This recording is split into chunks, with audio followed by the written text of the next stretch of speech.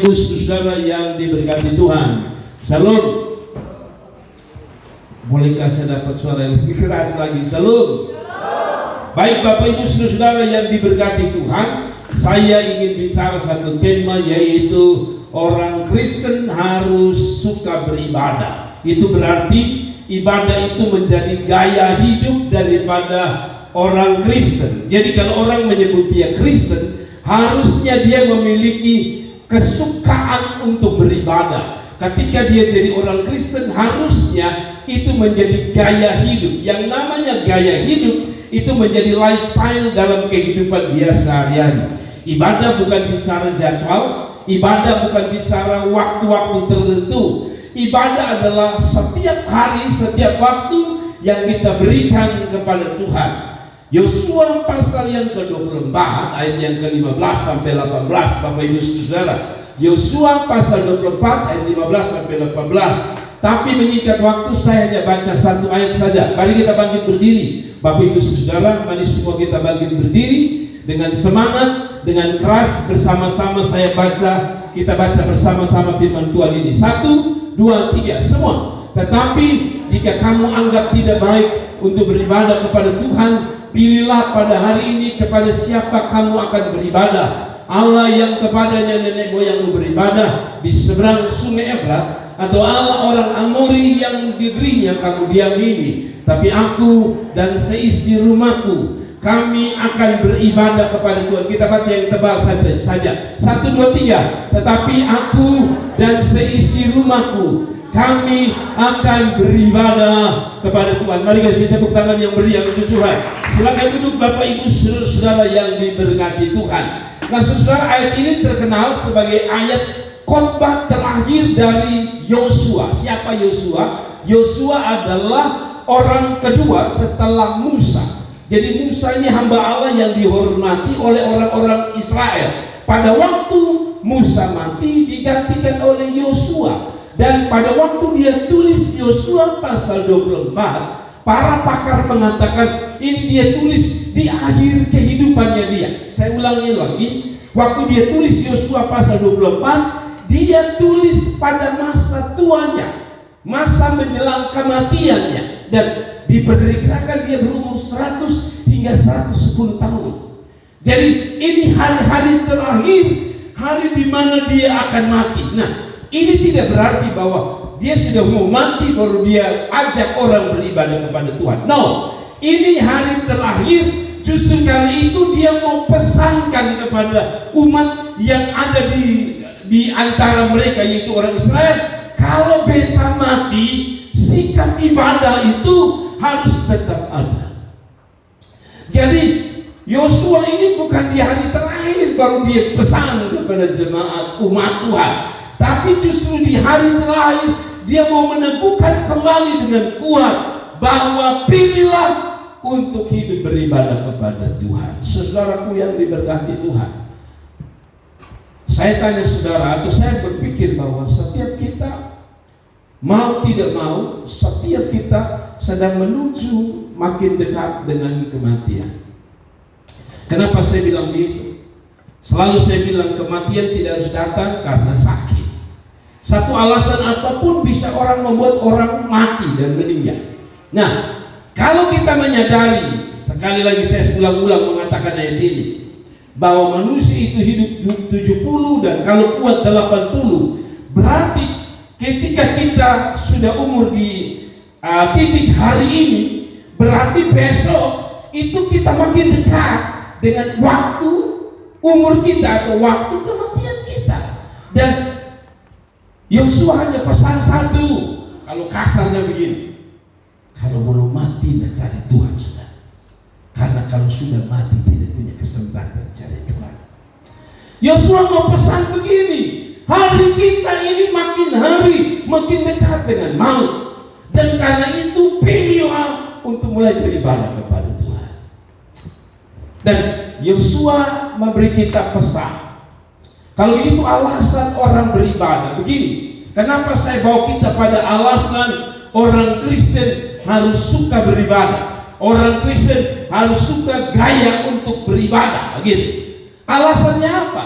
Sebab kalau alasan kita tidak kuat, itu tidak menjadi spirit, menjadi penyemangat bagi kita. Contoh, kalau ada undangan misalnya, undangan di Polda misalnya, KKR besar, pembicaranya misalnya orang yang tidak terkenal, biasanya orang tidak terlalu banyak. Tapi beda kalau ada orang bilang, hadirilah sebuah acara pesta Kota Kupang, karena akan hadir seorang artis yang besar, luar biasa terkenal, Ariel Noah. Maka orang-orang akan datang. Kenapa? Karena ada alasannya, ada fans, ada orang-orang yang hebat yang akan tampil. Nah, saudara-saudaraku yang diberkati Tuhan, saudara beribadah, saya tanya dulu, tidak usah jawab. Apa alasan Anda datang beribadah kepada Tuhan? Jadwal ibadah karena ini hari Minggu dan setiap orang hari Minggu mandi lalu pergi ke gereja. Itu baik, itu benar. Atau saudara berkata, ini hari kebetulan habis kebaktian kita mau omong Natal, jadi beta pergi. Apakah itu menjadi alasan? Itu baik. Tetapi tadi saya bilang, kalau alasan itu ketika saudara tidak punya uang, saudara berkata gini, ini hari beta mau ke gereja, tapi karena mau ngomong tentang Natal, mau beta tunda. Jadi alasan itu menentukan rasa rindu. Saya ulangi lagi, alasan itu membuat kita dapat menggunakan sebagai satu rasa rindu. Contoh begini, kan saya selalu bilang juga di sini, bahwa berbeda ketika alasan kita untuk orang yang kita cintai, apalagi pada waktu-waktu kita lagi pacaran. Sejauh manapun itu tempatnya wanita tersebut, kita pergi. Mau masuk lubang lumpur, kita terjang semua. Kenapa? Karena ada alasan yang kuat di dalam hidup kita. Demikian dengan ibadah. Bapak Ibu dengar baik-baik. Kalau engkau tidak punya alasan yang kuat sesuai kebenaran firman Tuhan, pertama, ibadah akan menjadi sesuatu yang membosankan. Kedua, ibadah akan menjadi sesuatu yang membuat Anda tidak betah. Kenapa? Karena tidak ada alasan yang paling mendasar dalam hidup ini. Kalau begitu saya belajar bahwa kenapa orang Kristen tidak suka beribadah, atau banyak orang tidak suka beribadah. Hanya sedikit orang yang suka beribadah. Penduduk Kota Kupang ini berapa banyak? Tapi coba kita cek yang ada dalam gereja di hari ini. Kalau kita banding dengan populasi rakyat masyarakat Kota Kupang, sebenarnya tidak cukup gereja semua ini dibuat atau gereja ini dibuka, maka tidak tampung gereja ini. Sebesar apapun gereja di Kota Kupang tidak tampung. Tapi mengapa? Karena banyak orang tidak punya alasan untuk datang beribadah. Rata-rata tadi jadi Kristen yang, maaf kata saya sering bilang, kekristenan yang hanya sekadar kekristenan mayoritas, di mana ya kami Kristen, kami percaya Yesus, kami beribadah, tetapi tidak ada alasan yang kuat. Nah, mari kita lihat mengapa sampai Yosua suruh mereka orang Israel beribadah, atau pesan ini mengapa kita harus beribadah kepada Tuhan. Seolah-olah Yosua paksa. Pertama, saudara harus Anda tahu, alasan pertama yang terutama untuk Anda harus beribadah, suka beribadah, gaya hidup ibadah harus menjadi gaya hidup dan kehidupan kita. Pertama, alasannya adalah karena Dia Allah yang sudah baik kepada kita. Alasan pertama, Yosua tidak paksa orang begini, ibadah ya. Dia tidak paksa sembarang paksa, atau dia tidak sekadar minta, tapi dia tulis alasan pertama, karena orang Israel, dan karena kita semua telah mengalami kebaikan Tuhan. Orang kalau sudah rasa kebaikan Tuhan tidak disuruh beribadah, pasti dia beribadah. Amin. Kalau saudara mengalami kebaikan Tuhan, pasti saudara beribadah. Dari mana ayat itu? Mari kita buka ayat yang ke-17.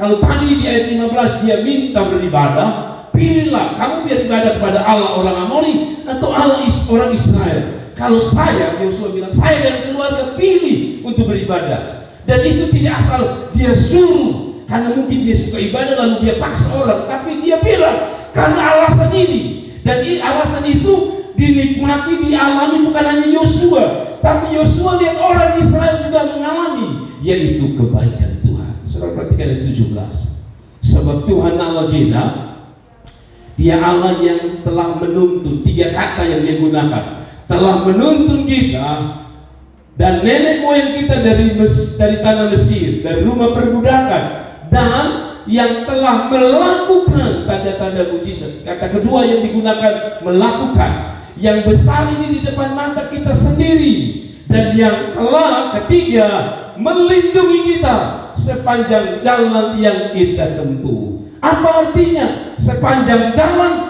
dia tempuh atau mereka tempuh dengan apa?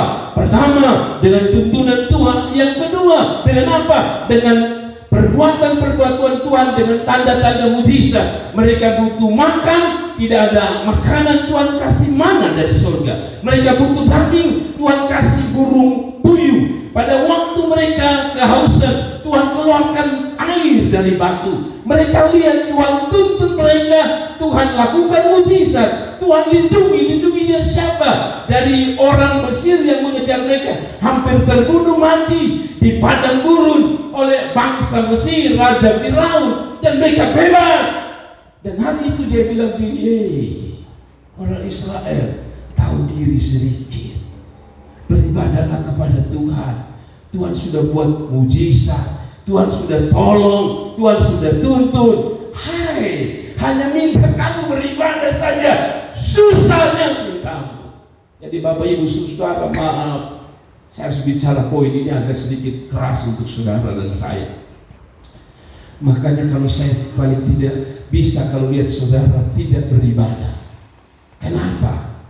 Semua kita mengalami kebaikan Tuhan. Amin. Semua kita ini mengalami kebaikan Tuhan. Kemarin Ibu Gembala ulang tahun atau hari Jumat tepatnya. Dan saya rasa saya harus melayani pertama karena saya mengalami kebaikan Tuhan. Orang belum bangun rumah, saudara sudah bangun rumah. Orang belum beli tanah, Anda sudah dapat tanah dobel-dobel. Orang belum punya motor, Anda punya motor. Orang belum ada makan, masih mengemis makan, Anda makan 3 kali, bahkan kadang-kadang 7 kali.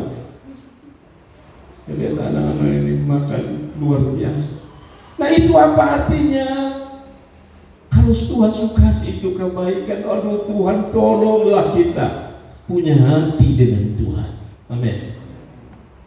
Saya ini kadang-kadang saya tidak tahu lagi berkhotbah model apa untuk orang-orang yang mau ibadah saja sulitnya minta.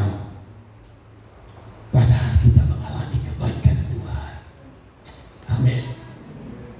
Saya nonton satu video, ada seorang wanita yang tidak bisa buka mulutnya, buka rahangnya itu selebar yang kita bisa. Kita ini kalau berteriak orang di tetangga atau teman, rasa-rasa ini rahang terlepas. Tapi itu wanita katanya dia tidak bisa buka, jadi dia hanya bisa buka begini saja. Tidak bisa buka besar. Jadi kalau dia makan gaya India itu yang pakai bulan besar, kasih masuk tidak bisa. Sehingga dia harus dibawa ke dokter, lalu dioperasi, lalu diatur supaya rahangnya bisa buka lagi. Kebaikan Tuhan. Saya selalu bilang, bahkan yang paling sederhana, kita bisa ke kamar mandi saja, itu kebaikan Tuhan. Anda tahu, mama daripada kakak Leo, pemain bass kita, mamanya sempat sakit beberapa saat. Hanya salah satunya adalah beliau tidak bisa ke belakang, tidak bisa buang air, dan menderita. Saya berpikir kita ini jangankan makan, kadang-kadang hal sepele ini seperti Tuhan sentil kita.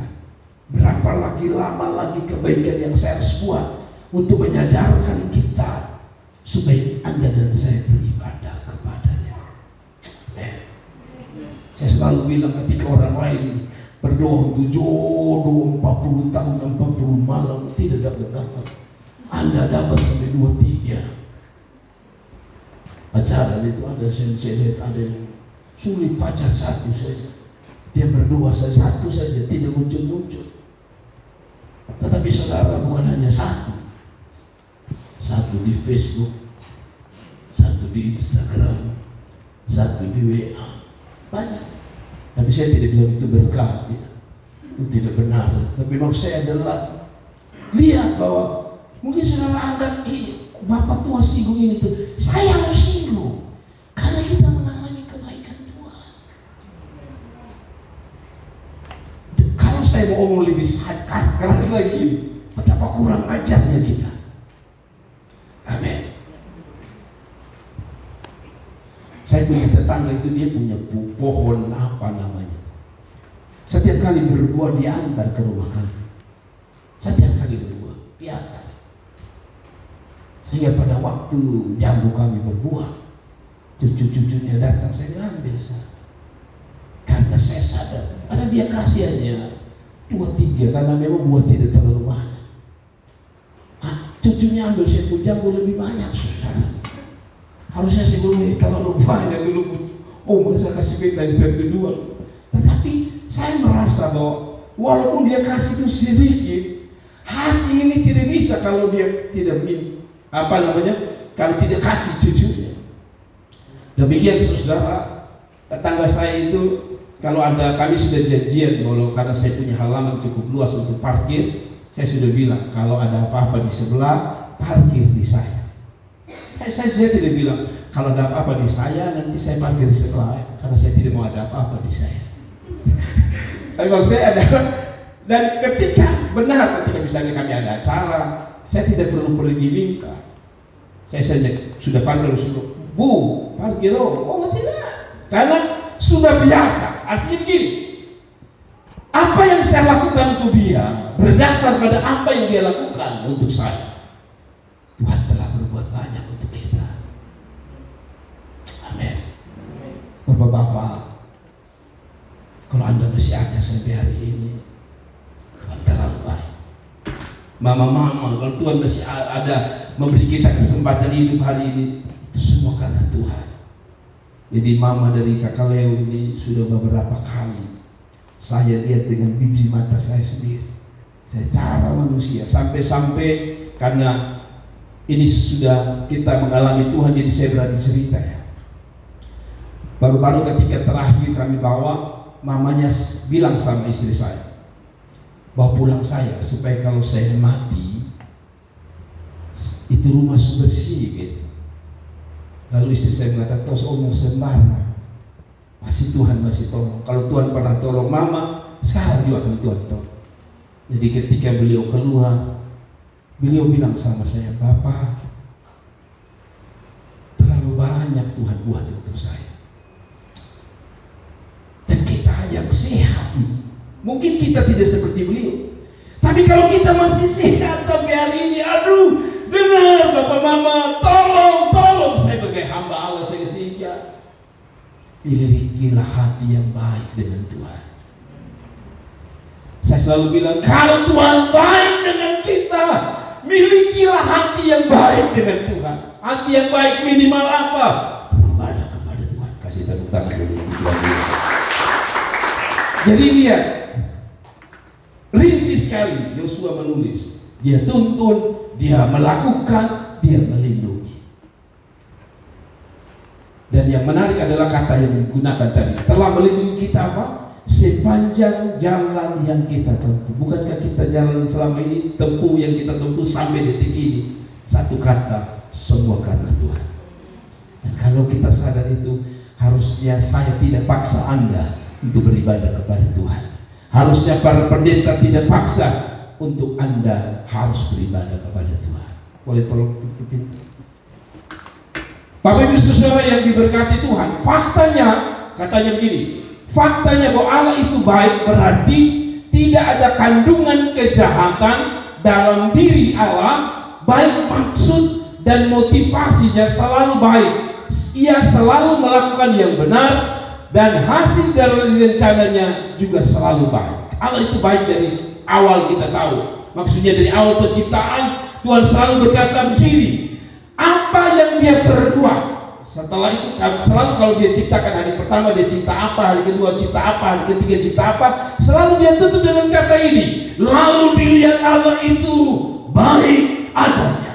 Jadi kebaikan Allah itu belum datang pada Israel, itu baru tahun sekian. Dari awal Allah telah menunjukkan sifatnya baik. Tetapi saudara, sejak dari Adam juga telah menunjukkan sifat tidak baik kita atau manusia kepada Allah yang baik. Kurang apa Adam itu? Adam itu terlalu kurang ajar sekali. Saudara tahu Alkitab bilang dia cipta. Yang lucunya dan yang menarik bagi saya adalah Adam itu waktu mereka diciptakan, Adam dan Hawa ini, dia tidak ciptakan Adam dan Hawa, betul ya? Dahulu maksudnya. Tapi yang dia ciptakan apa? Alam semesta dengan segala isinya, ikan, apalagi babi, rusa semua. Sehingga Alkitab bilang gini, makan semua. Jadi Allah itu sudah kasih kebaikan lebih dahulu sebelum dia cipta yang namanya Adam dan Hawa. Jadi Adam dan Hawa hadir, tinggal nikmati semua kebaikan Tuhan. Tapi Tuhan bilang begini satu saja. Saya minta tolong lu jangan makan itu buah. Bayangkan Adam, kurang aja sekali. Mau makan sisa petik saja tanpa campur, tanpa beli motor, traktor untuk bikin kebun, mau makan jalan-jalan saja. Wih, saya berpikir Adam memang kurang aja. Jalan-jalan lihat buah. Apel, kita sekarang ambil 1 kilo mahal, angkat makan. Mau daging sih dia bilang, rusa sini. Rusa kata kenapa apa ada? Tolong tidur, kita mau makan dulu. Betul, saya yakin begitu. Jadi gampang sekali dia mau makan apa saja. Tapi Tuhan bilang, jangan kamu makan itu. Artinya gini, tolong senangkan saya dengan satu perkara saja. Jangan makan itu buah, supaya kita senang. Mau bebuk kebaikan kasih lu ini, lu balas dengan kebaikan. Sampai dia buat, dia makan itu, Tuhan bilang keluar. Saya kasih tahu bapak mama, kalau kebaikan Tuhan tidak bisa menyadarkan kita, satu waktu menurut saya persis kemungkinan kita bisa diperlakukan seperti Adam dan Hawa. Berkat-berkat Tuhan yang sudah ada di biji mata kita, Tuhan bilang pergi. Jadi kalau kita mau lihat Tuhan tetap baik dengan hidup ini, berilah hati yang baik dengan Tuhan. Amin.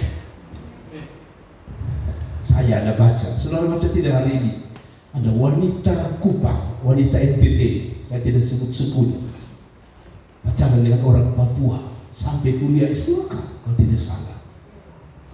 Sudah habis Pace Papua uang 250 juta.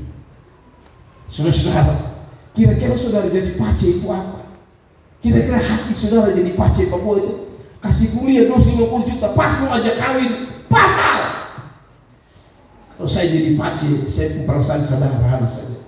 Pace yang pecah-pecah hatinya. Saya bisa rasa. Nah, mungkin saudara senyum dan ketawa. Saya lihat itu Pace kasihan. Saya tidak tahu dari mana dia ambil 250 juta. 250 juta so habis kasih kuliah. Terakhir Nona tolak. Bukankah ini gambaran hidup kita? Pace kita Bapak, Pace itu artinya Bapak, Pace kita Bapak di surga sudah buat banyak, hanya 250 juta. Saya kadang-kadang lihat memang di rekening saya tidak banyak uang ya. Tapi kadang-kadang Tuhan saya suruh saya duduk seperti Tuhan bicara di atas saya. Lu duduk tenang. Coba lu kalkulasi. Lu hidup misalnya bensin untuk mobil berapa satu bulan. Lu anak punya uang bemo berapa satu bulan. Lalu lu kali selama 1 tahun. Dan ternyata saudara tanpa sadar saya tidak punya uang. Kadang-kadang kita sering lihat tidak punya uang. Tapi coba saudara kalkulasi yang kita makan bakso, makan gado-gado sepanjang tahun. Kalkulasi sudah, ternyata puluhan juta, bahkan ratusan juta. Baru saya sadar, iya ya Tuhan. Aduh, saya model begini tapi kebutuhan hidup ternyata sudah tercukupi 1 tahun minimal 6-70 juta yang saya perlukan. Satu kata, Tuhan baik. Kalau Tuhan baik, selalu saya pesan, buatlah baik kepada Tuhan dengan beribadah kepadanya. Kasih tepuk tangan yang mulia gitu. Bapak Ibu saudara yang kedua, setelah Yusuf bilang, kamu harus beribadah ya. Lalu dia kasih tahu, mungkin orang Israel tanya, untuk apa? Alasan apa saya beribadah? Pertama, Tuhan itu baik. Tapi yang kedua, sebab dia Allah kita. Kalau dia Allah kita, yang harus sembah ya kita. Wih, bahasa saudara. Karena dia Allah kita, maka dia milik kita sendiri. Kalau dia milik kita sendiri, maka kita sendiri yang harus menyembah dia atau beribadah kepada dia. Mari saudara lihat ayat 18. Tuhan menghalau semua bangsa dan orang Amori penduduk negeri ini dari depan kita. Kami pun beribadah kepada dia, kepada Tuhan maksudnya. Sebab apa? Dia Allah kita.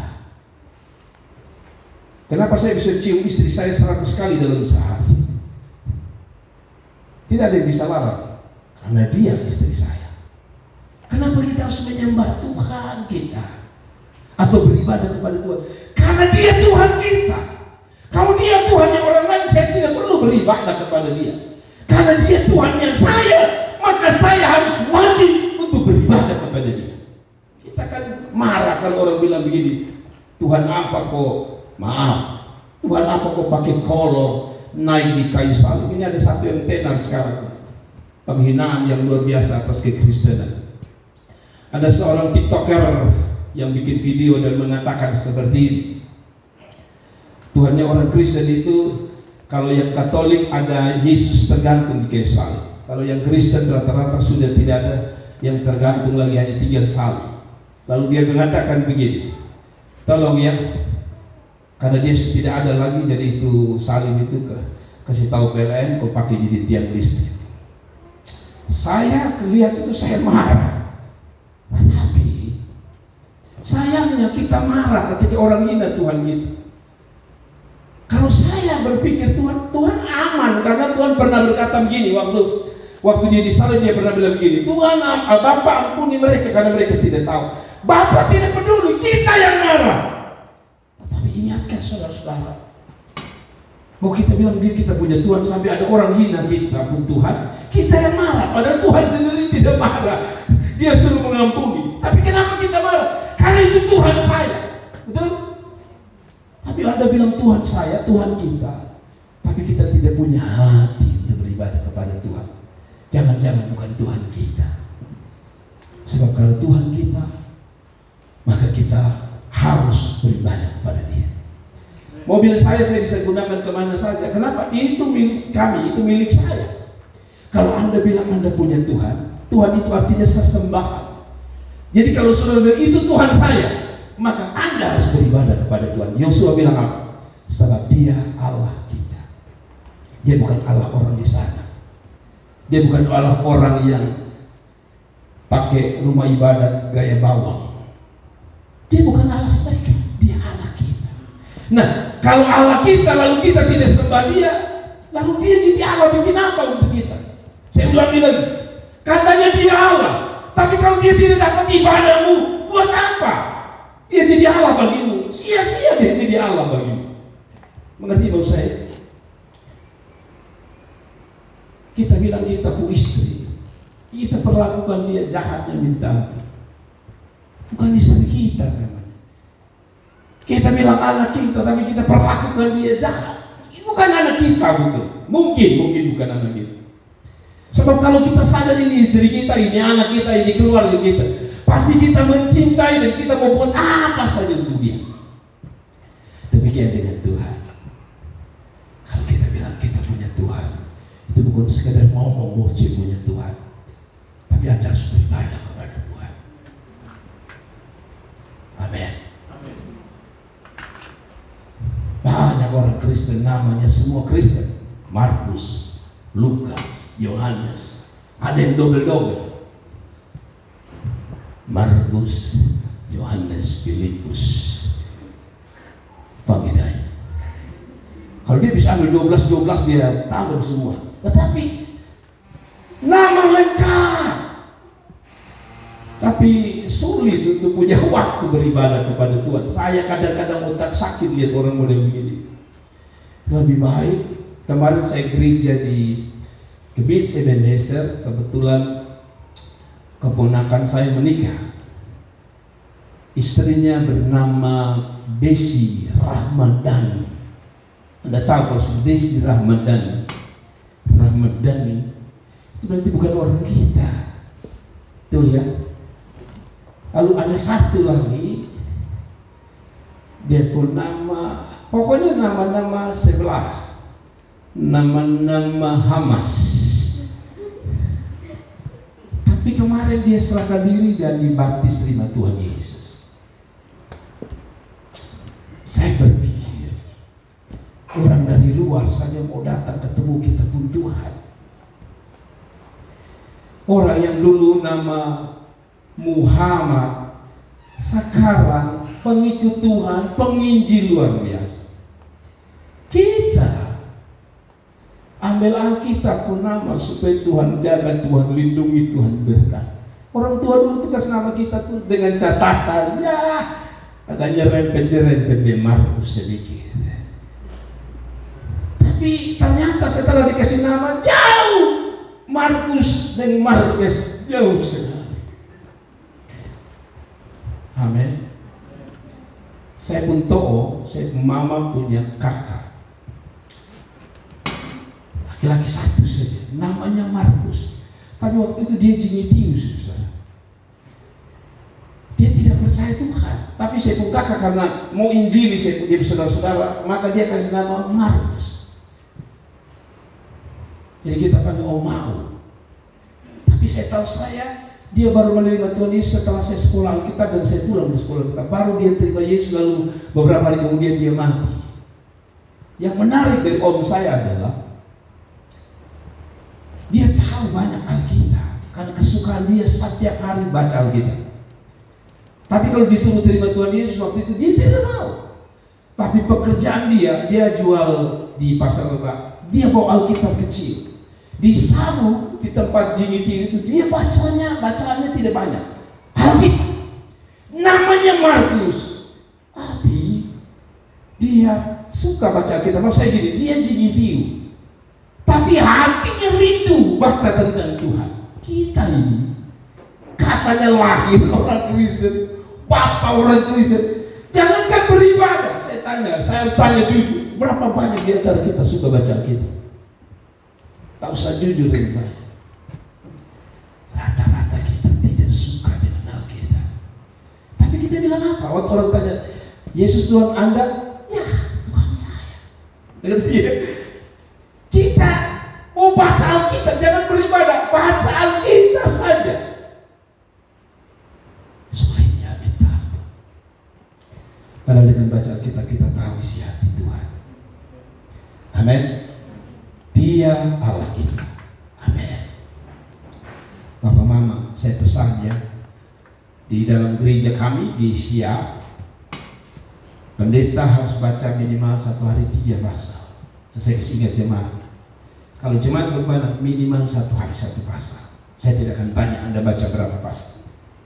Tapi pesan saya sederhana. Kalau Anda bilang saya punya Tuhan Yesus, itu Tuhan saya. Pertama, pulang minimal mulai melakukan baca Alkitab setiap hari 1 pasal. Bukan 1 ayat ya, 1 pasal.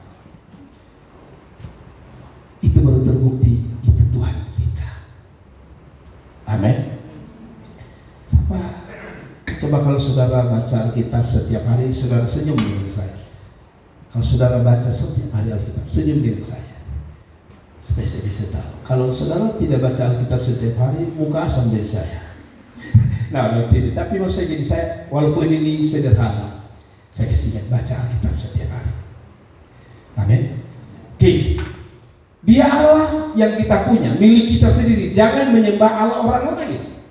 Yang lucunya, kita sudah menyembah Allah yang benar, kita sudah terima Allah yang benar, tapi banyak orang kasih tinggal Allah yang benar, lalu pergi kepada Allah yang salah. Saya selalu bilang, nona tolong, nama Subanggu jangan hanya karena Allah orang lain lalu sok purnama dibaptis ulang. Mariana Betty Syokaya bagus, yang lu ganti lagi dengan Jubaida. Saudara bilang saudara punya Allah Tuhan Yesus, ya sudahlah. Amin. Saya bangga dengan nama-nama Kristen. Nama-nama Kristen itu keren-keren. Yopi, keren. Peter, keren. Walaupun kalau diterima ke Indonesia Petrus, tapi bagi saya Petrus masih keren. betul nama-nama Kristen itu keren-keren. Sekarang ini kita sudah bisa bedakan nama Kristen dan nama itu, karena kemarin ternyata dia pun nama itu Ibrahim siapa begitu, tapi ujung-ujungnya Tapata. Saya bilang, saudara, Tapata dari mana? Susunnya Kristen lagi. Tetapi itu fakta. Sudahlah, saya tidak akan bahas. Yesus berkata, aku jalan kebenaran dan hidup, makanya jangan jual Tuhan. Amin. Yang ketiga, kenapa kita harus beribadah? Dia bilang begini, ayat 19, karena dia Allah yang kudus. God is holy.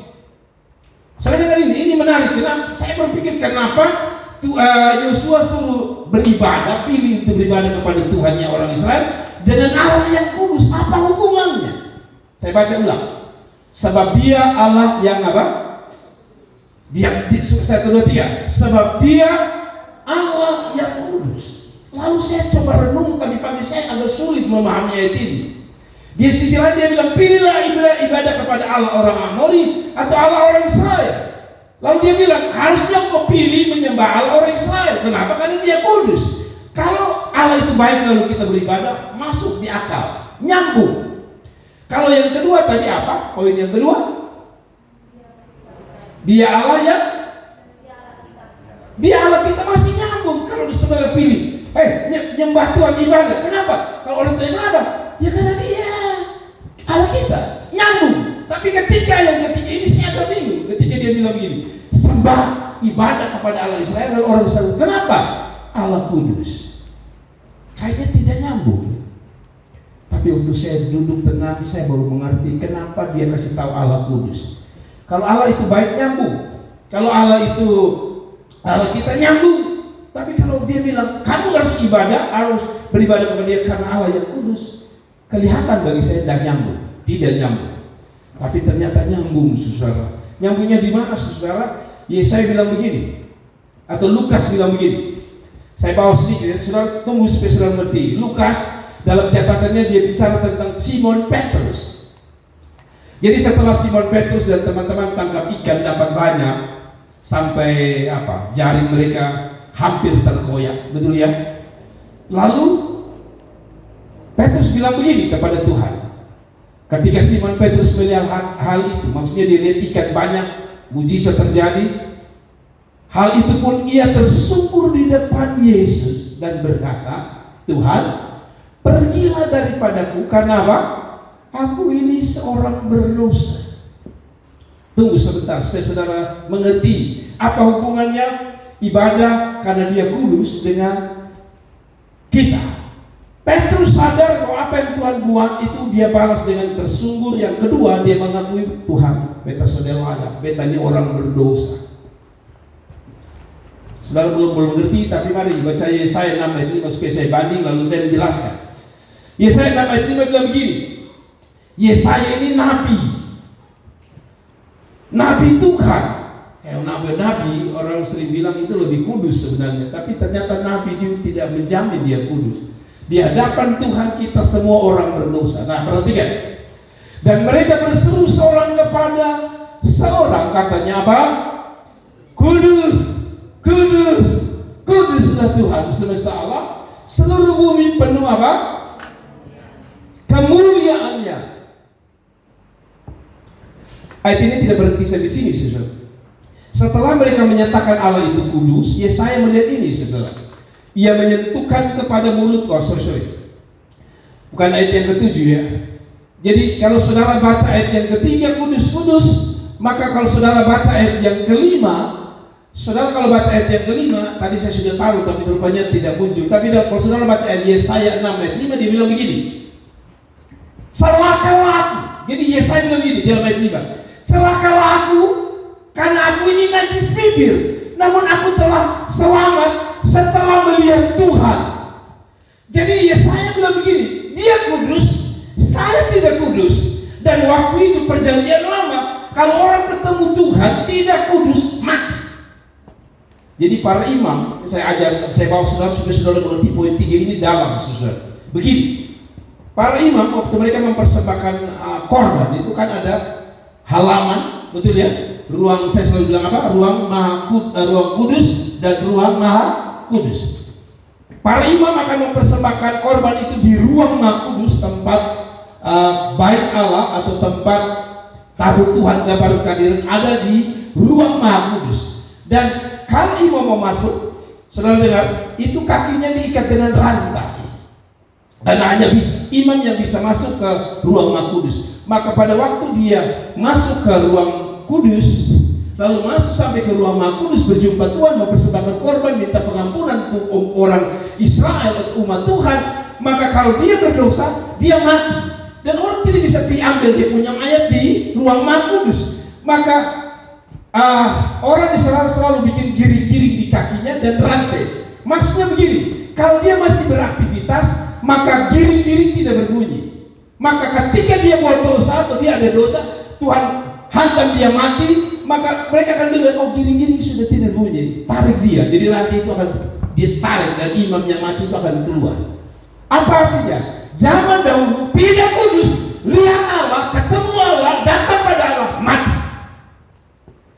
Lalu Yosua kok suruh orang Israel yang lagi berontak pada Tuhan, bukankah kalau mereka datang pada Tuhan, mereka akan mati? Kenapa Yosua suruh? Padahal kan dia Allah kudus. Sisi lain orang Israel pemberontak, bukankah kalau mereka datang mereka juga mati? Tapi kenapa Yosua suruh? Ternyata ini jawabannya. Pada ayat 7 dia bilang begini, saudara. Ayat itu ayat 5. Lalu kataku, celakalah aku binasa, sebab aku ini seorang najis bibir, dan aku tinggal di antara bangsa-bangsa najis. Namun mataku telah melihat sang raja, yakni Tuhan semesta alam. Artinya gini, harusnya Yesaya ini mati ketika datang ketemu Tuhan. Yesaya harus mati. Petrus ketika lihat Tuhan Yesus harusnya mati juga. Tapi kenapa mereka masih hidup? Ketemu Allah yang kudus. Itu yang saya sebut kasih karunia Tuhan. Jadi saudara, kenapa kita harus beribadah kepada Allah yang kudus? Karena hidup ini kita kasih karunia. Harusnya kita ini datang, tidak ada yang mati hidup nih, termasuk saya. Baru masuk pintu mati kita semua, mati. Kekudusan Allah terlalu luar biasa. Waktu itu orang ketemu Allah yang kudus mati. Saudara masih ingat ketika siapa itu yang tipu uang di Kisah Para Rasul? Suami istri, siapa? Saudara lihat, baru dosa kecil mati. Tapi kita ini buat dosa 100 kali belum mati-mati. Itu bukan berarti Tuhan suka dengan dosa Anda dan saya, bukan. Tapi dia kasih karunia untuk kita. Jadi kalau kita datang ibadah, bukan semata cari berkat. Kita sudah dapat berkat paling besar, yaitu kasih karunia, diselamatkan Tuhan. Saya bisa khotbah bukan karena saya baik, tapi dilayakkan Tuhan. Kita sudah datang beribadah bukan karena kita orang baik, tapi karena Tuhan layakkan kita orang kotor ini. Dia pakai kita untuk bisa beribadah kepada-Nya. Ini yang paling memukul saya keras pagi hari ini. Jadi bayangkan, orang kotor dikasih mandi jadi bersih, lalu tidak mau beribadah kepada Tuhan, itu jahatnya minta ampun. Jadi kita selalu mengambil perjamuan kudus, berkata darahnya menyucikan kita. Tetapi kita tidak punya hati beribadah kepada Tuhan. Jahat saudara.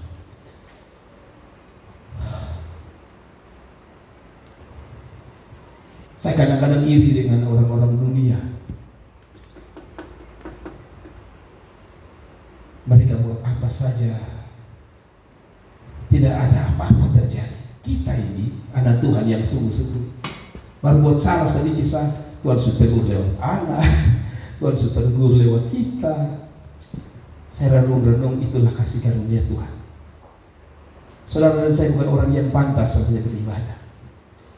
Jadi bayangkan, yang tidak pantas dia bikin jadi pantas. Tapi sayangnya waktu dia bikin kita jadi pantas, kita masih sombong untuk berkata saya tidak perlu Tuhan. Coba Anda taruh hatimu seperti hati Tuhan, betapa sakitnya Tuhan. Saudara-saudara, ada satu anak Flores yang diangkat oleh Ruben Onsu. Siapa namanya? Petra. Saya kalau lihat Petra itu saya iri, saudara. Karena istrinya Ruben dia cium dalam hati Tuhan. Kita mau foto dengan Ruben Onsu Pumbini, kalau kita sadar pasti Ruben bilang 2 meter. Ini anak yang tidak ada hubungan darah, dari kampung sana, tinggal dengan dia, tidur sama-sama dengan Ruben Onsu gendong dia, kasih minum. Kadang-kadang saya lihat dia, aduh. Tapi itu gambaran kita. Harusnya kita ini bukan siapa-siapanya Tuhan, betul ya? Tapi Tuhan melayakan. Tapi ketika dia melayakan, kita lupa daratan. Saya kadang-kadang renung, aduh, maaf saya tidak menyinggung siapapun. Saudara pernah lihat ada orang yang tidak ada hubungan keluarga, lalu karena diangkat jadi anak, tiba-tiba orang yang angkat dia ini meninggal. Saya kenal seseorang yang merawat seseorang. Saya dengar ada seorang, saya tidak berani sebutkan, orang yang cukup terkenal, orang Kupang katanya. Dia merawat satu keluarga di luar negeri. Dan waktu dia rawat keluarga ini, karena sudah tua dia rawat. Setelah rawat keluarga ini mati, saudara. Tapi keluarga ini kaya luar biasa di Amerika sana. Jadi waktu mati, dia kan anak angkat, tidak dapat apa-apa. Tapi dia coba untuk ke pengadilan dan dia coba uruskan semua. Ternyata negara Amerika memberi dia kesempatan menguasai seluruh kekayaan orang itu. Saya berpikir dia sebenarnya tidak layak dapat harta itu, karena dia bukan anak kandung. Hanya gara-gara urus saja dia dikasih untuk mengurus atau dapat semua harta. Dan dia tahu diri. Dia tahu diri bahwa dia harus hormati orang yang sudah mati ini, punya harta yang dia dikasih ini. Dia tentu hormati. Nah, tadi saya bilang, harta yang Tuhan kasih bukan harta yang dimiliki oleh orang Kupang yang di Amerika. Harta kita adalah keselamatan. Itu harta paling besar. Siapa yang mau kasih keselamatan? Tuhan kasih. Supaya kata Alkitab Yohanes pasal 1 ayat yang ke-1, supaya setiap orang yang percaya padaku, dia menjadi anak. Tuh. Nah, tapi kita jadi anak, tapi sudah dilayakkan jadi anak, tapi kita tidak punya rasa rindu cari Tuhan. Saya harus ngomong kepada kita, betapa malunya kita harus jadi hadapan Tuhan. Tapi manusia ini tidak tahu malunya luar biasa. Sudah tidak beribadah santai-santai, tenang-tenang. Saya kasih tahu saudara jahat di mata Tuhan. Saudara saya jahat.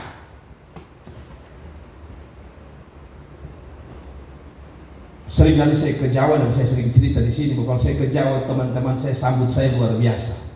Ada yang traktir makan, ada yang traktir jalan-jalan. Kalau mereka datang ke Kupang, istri saya tahu, dia selalu begini, pergi waktu itu ada datang. Saya bilang, aduh beta sibuk, lu tahu diri sedikit, bisa dia urus kita. Bayangkan itu manusia, karena mereka urus saya di Jawa. Kalau mereka datang, saya akan berusaha ketemu mereka. Entah hanya makan bakso satu mangkok, saya harus ketemu mereka. Kenapa? Karena istri saya pesan, lu tahu diri tidak? Bapa di sorga memberi kita kelayakan yang luar biasa. Tidak semua orang dilayakan menjadi anaknya. Tapi Anda dan saya duduk hari ini, kita dikasih kelayakan. Bersyukurlah dengan cara setia beribadah kepada Tuhan. Sekali lagi tepuk tangan untuk Tuhan. Sekarang saudara mengerti ya, kenapa Allah Kudus disambungkan dengan yang ketiga, empat. Kenapa Allah mau saudara beribadah? Masih dalam ayat 19 dia bilang, kalau Allah itu Allah yang cemburu. Amin. Dia bilang begini, Dia Allah yang cemburu. Tadi kita bahas poin yang kedua, Dia Allah kita. Berarti kita umatnya, betul ya? Kalau Dia Allah kita, logikanya kita umatnya. Berarti kalau suami istri itu begini. Kalau kita istri, kan gereja itu adalah mempelai wanita. Berarti suami kita Bapa di surga, betul ya? Tuhan Yesus ya, betul ya? Dan Tuhan Yesus dalam catatannya dia bilang Dia Allah yang cemburu. Ada kok mama-mama yang di sini yang kalau saudara laki jalan ketemu dia punya mantan, lalu saudara tenang-tenang saja, Tahu itu bapak tuh mantan waktu SMP, lalu ketemu di pasar. Kira-kira bapak mama diam-diam sako. Mama bilang lanjut, ambil di nomor WA. Tiap hari kunjungi. Pernah begitu? Saudara malah pesan. Kasih yang selalu kasih yang selalu. Beta pernah tahu dulu dan dia pernah jalan dulu. Pernah dia jalan dulu lihat.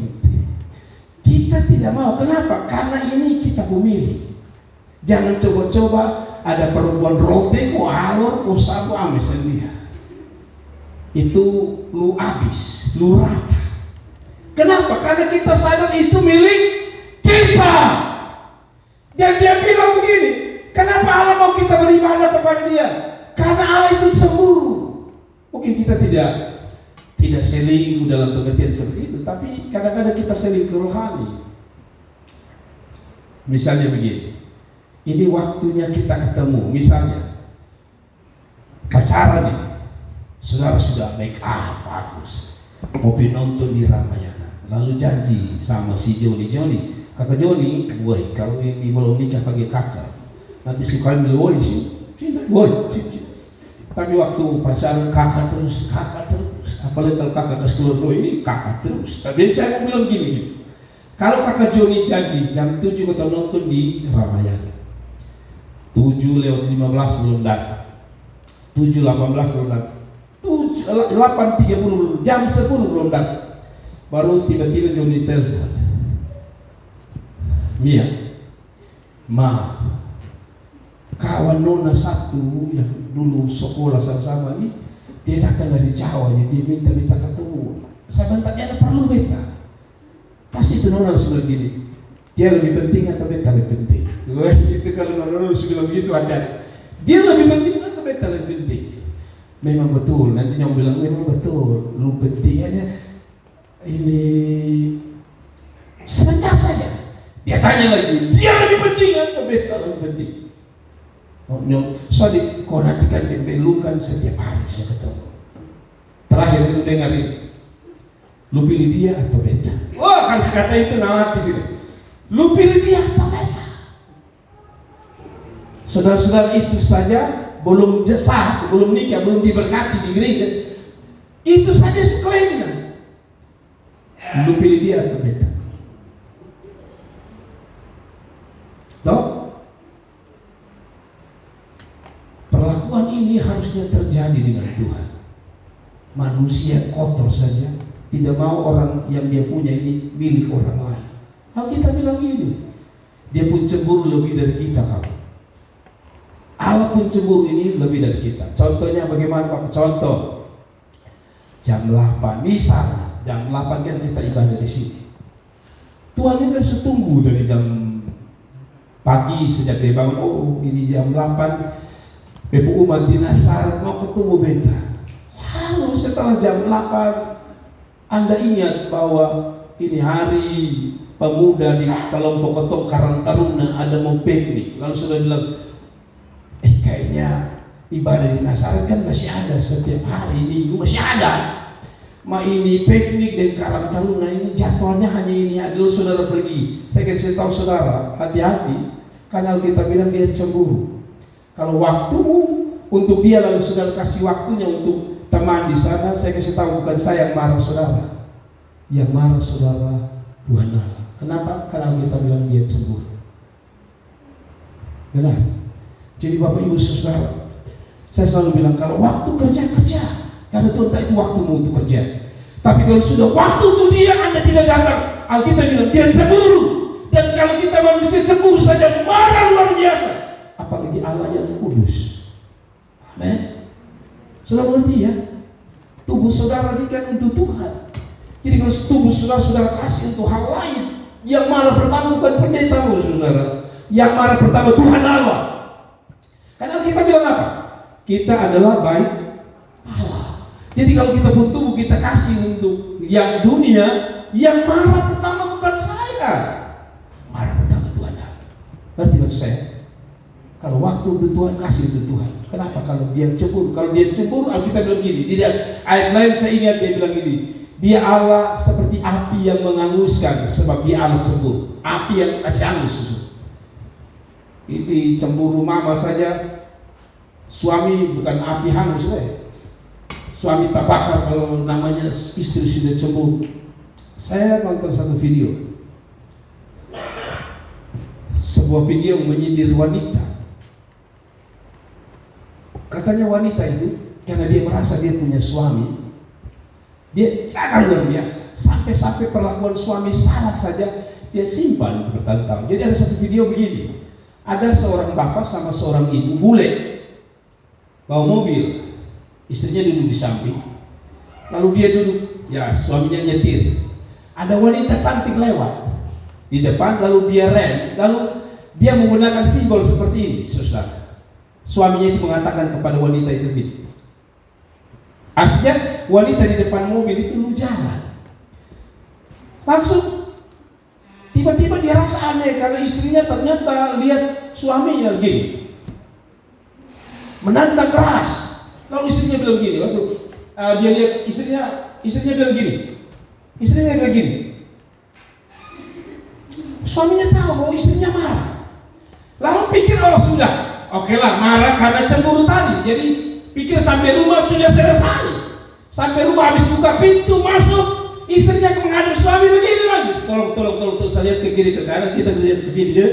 Istrinya begini, sudah tetap gini. Sudah dalam rumah. Setelah umur 60 tahun, duduk makan sama-sama, cerita sama-sama. Suami begini. Apa maksudnya saudara? Ternyata kecemburuan manusia itu luar biasa, sangat luar biasa. Saya kasih tahu bapak mama, saya omong dengan ini dengan hati yang paling dalam. Hati-hati kalau Anda masih melawan, tidak suka beribadah, lalu Anda pikir Anda aman, Anda salah. Ketika Anda terus jauh dari Tuhan, ingat Allah itu cemburu. Anda sudah dekat dengan waktu teguran Tuhan. Nanti kita baca terakhir. Tapi kalau saudara tetap membiarkan membangkitkan cemburu Tuhan, dengar, Anda hanya tunggu waktu. Tuhan akan tunggu Anda dengan keras sekali. Anda tidak percaya, jalani saja. Karena Alkitab yang bilang.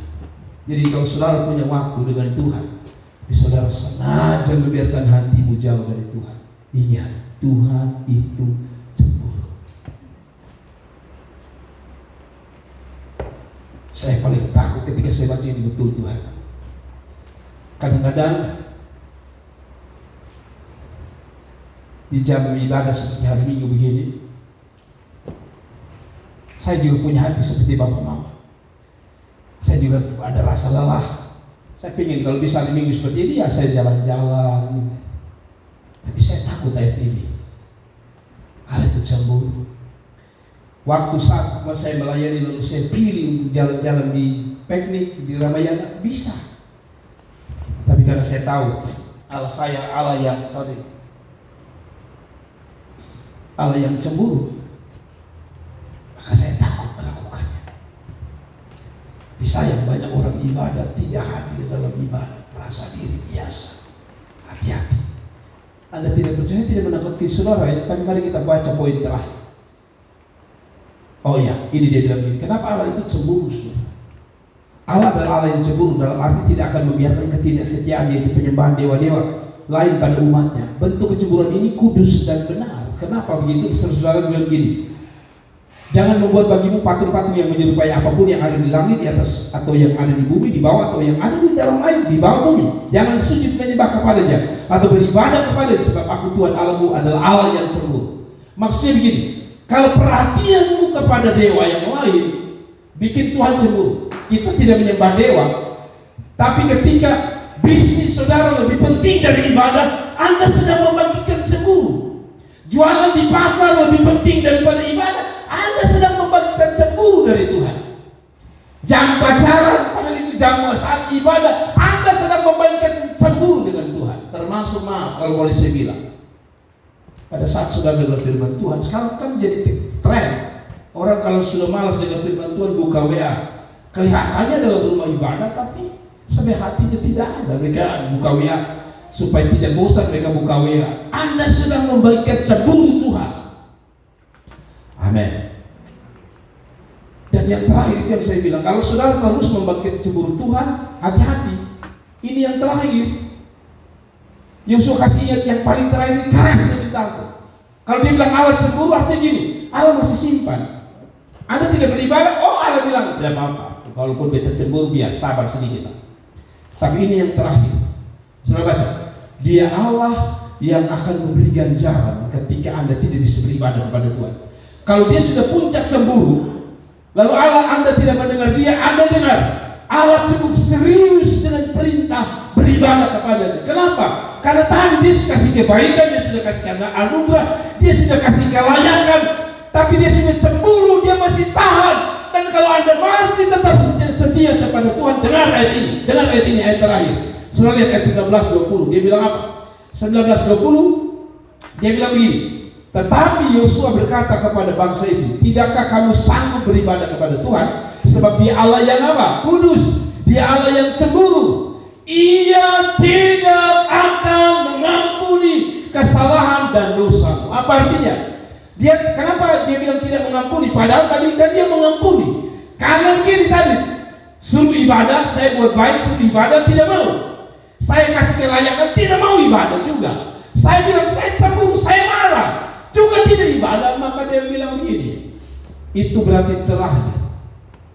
Anda sedang berada dengan titik satu waktu Tuhan kasih Anda ganjaran yang keras. Anda dan saya ditunggu waktu. Ini dia bilang.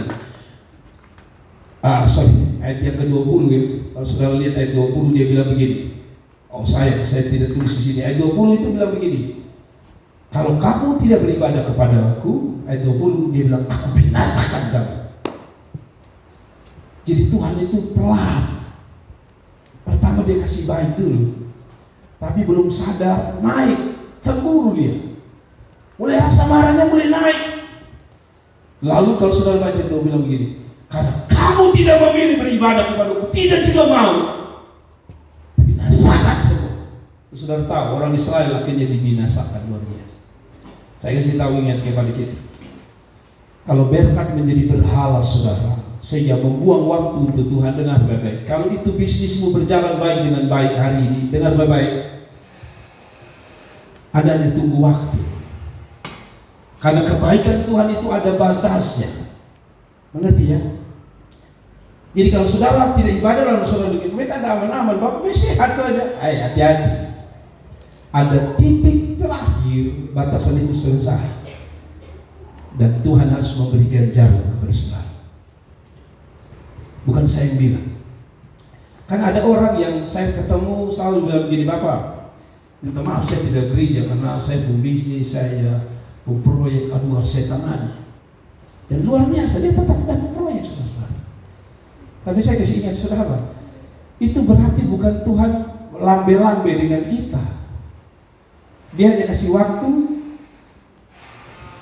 untuk saudara ini kira-kira sadar kapan. Jadi kalau tidak sadar-sadar, kalau saudara baca ayat 20 ngeri. Dia bilang binasakan. Kalau Tuhan omong dengan saya lewat saya hamba Allah, tidak menyadarkan saudara, saudara boleh berontak di tempat duduk situ, tidak apa-apa. Saudara pu hati mungkin muka senyum, tapi hati berontak tidak masalah. Saya kasih ingat saudara, Allah ini bukan Allah yang main-main. Dia mau apa yang dia perbuat, kau balas dengan dia. Beribadahlah kepada Tuhan. Amin. Saya kasih ingat saudara yang dapat jabatan, dapat pangkat, dapat kedudukan, dapat harta, dapat proyek. Tolong jangan lupa Tuhan. Sebelum Tuhan tegur dengan keras, lebih baik cari Tuhan. Saudara lihat, Alkitab bilang begini, kenapa? Karena barang siapa Ku kasihi, Ku tegur dan Ku hajar. Sebab itu relakan hatimu untuk bertobat. Bertobat dari apa? Bertobat dari kemalasan beribadah kepada Tuhan. Amin. Kadang-kadang manusia suka bikin logika. Bapak kan beta cari makan juto, jadi kalau besok datang ibadah kan Tuhan tahu beta cari makan untuk istri anak. Itu perbuatan yang jahat. Karena Senin sampai Sabtu Tuhan suka. Amen. Senin sampai Sabtu Tuhan suka kasih. Tuhan tuh selalu minta sedikit saja, 1/10 dari 100 hanya 10. Kalau per bulan itu waktu, maka 7-6 hari kita kerja. Makanya Alkitab bilang pada hari ke-7 dia berhenti. Tuhan berhenti hari ke-7. Kita hari ke-7 gas. Alkitab dia bilang, kenapa dia marah? Karena hari ke-6 saja dia berhenti. Dia kuduskan itu hari. Kita lain. Tuhan sekuduskan, kita gas. Itu yang Tuhan bilang gas apa? Lu tahu itu jurang. Saudara, kalau saudara sudah lihat ada rambu-rambu jurang, Tuhan sudah bilang, jurang di situ. Lalu Anda gas, Anda yang mati bodoh. Jadi kalau Tuhan bilang begini, ibadah itu supaya rem itu apa? Ibadah kepada Tuhan. Jadi kalau lu masih paksa hari Minggu gas, kalau bukan gigi telah bahas. Kan? Kalau saudara masuk jatuh di lubang, kira-kira luka tidak? Minimal luka. Kalau parah-parah gigi terlepas, parah-parah lagi kaki patah, tangan patah, parah-parah lagi COVID alias mati. Mungkin agak keras, tetapi saya mau bilang begini, jangan tunggu sampai di titik terakhir ini. Kalau Tuhan suka kasih kebaikan, bilang Tuhan, saya mau belajar setia kepada Tuhan. Mari kita bangkit berdiri, kita berdoa. Mari kita bangkit berdiri, saudara.